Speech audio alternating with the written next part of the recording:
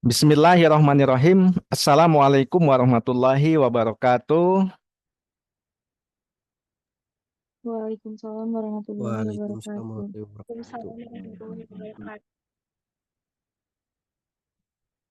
Saya ucapkan selamat pagi buat semuanya, bahwa perkuliahan pada kesempatan pagi hari ini kita akan melakukan perkuliahan online, dan ini merupakan pertemuan yang ke-14.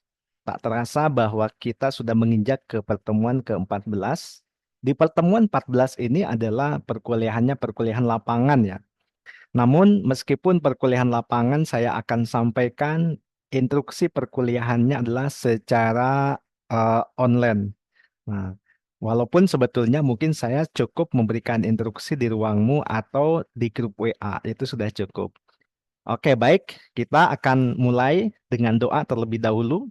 Mudah-mudahan Allah senantiasa memberikan kekuatan dan kesehatan, dan juga mudah-mudahan kita dilancarkan, dimudahkan dalam perkuliahan kita. Mari kita buka dengan doa. Berdoa mulai.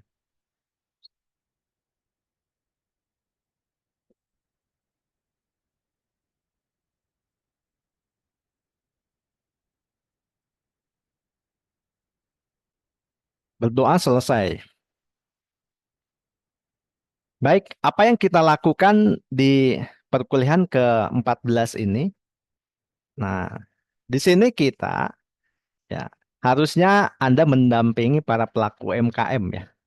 Nah, kemudian ada 3 buah ya tugas yang Anda harus buat. Nah, kalau dulu kita sudah pernah membuat beberapa buah konten di pertemuan-pertemuan sebelumnya sebagai tugas perkuliahan, namun sekarang juga sama ya, kita akan membuat konten. Nah, konten yang dibuat adalah 3 buah konten dari kalender konten yang sudah dibuat sebelumnya. Nah, masih ingat kan? Di pertemuan yang lalu kita sudah membuat kalender konten ya. Saya tidak akan bahas lagi di sini. Nah, kemudian dari kalender konten itu nanti Anda buat masing-masing nih.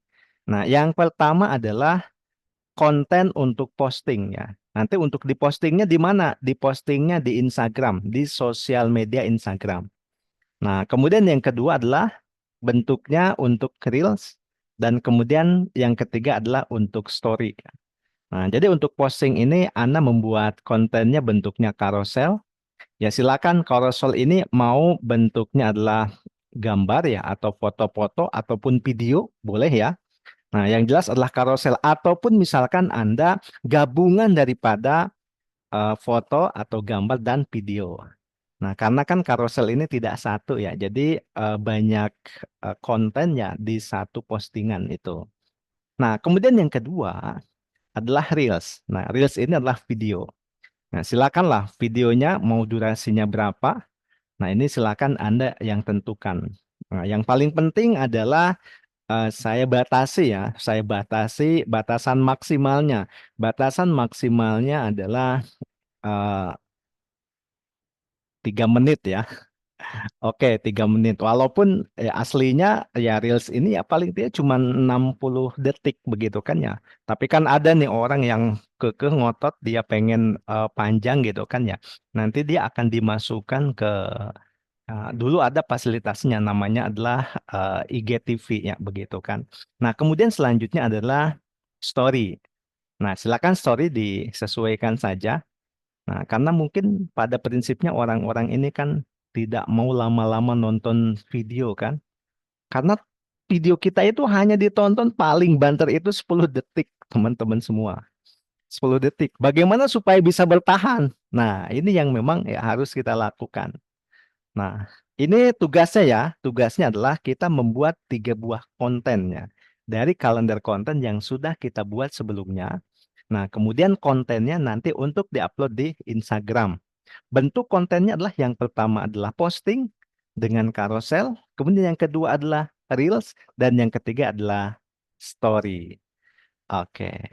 Baik, sampai sini kira-kira teman-teman ada yang ditanyakan? Silahkan. Apakah sudah bisa dipahami?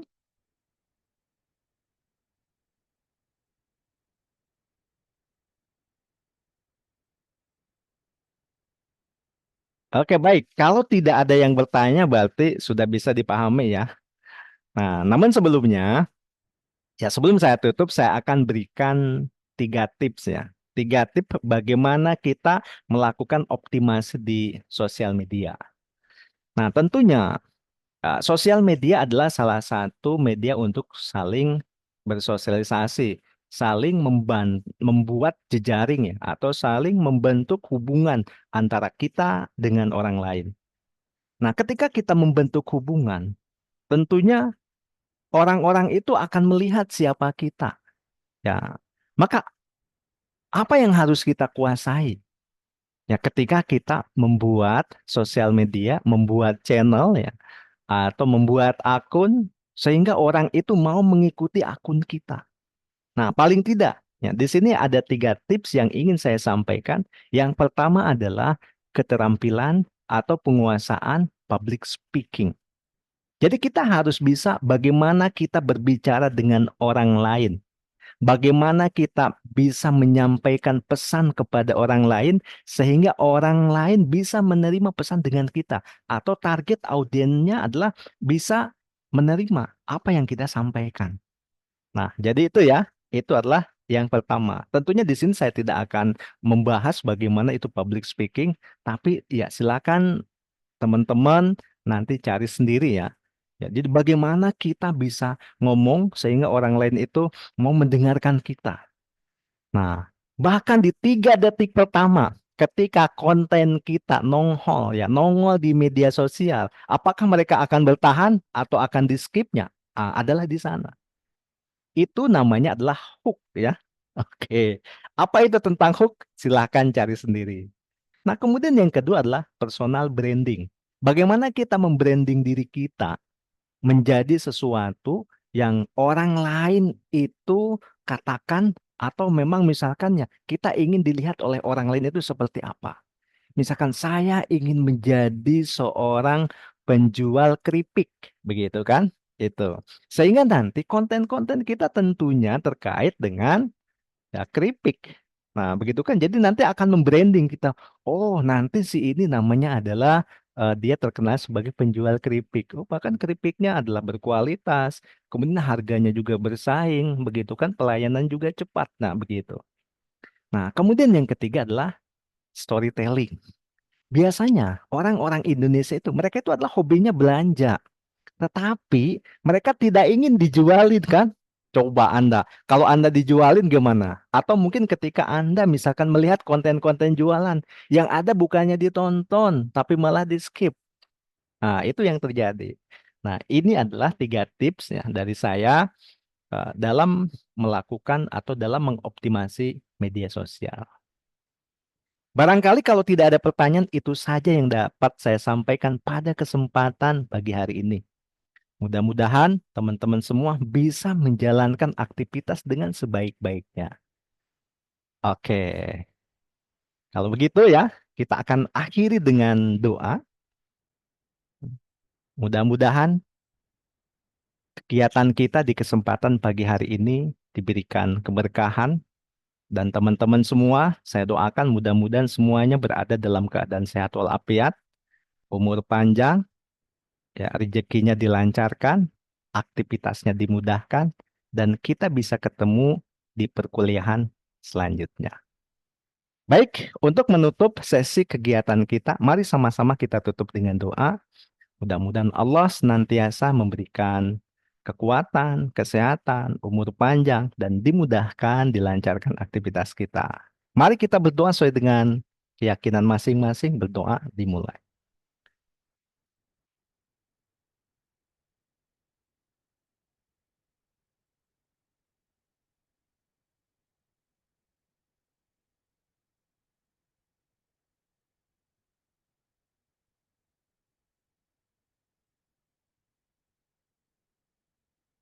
Berdoa selesai, sebagai seorang muslim, maka kita tahu bahwa menuntut ilmu ini adalah sebuah kewajiban.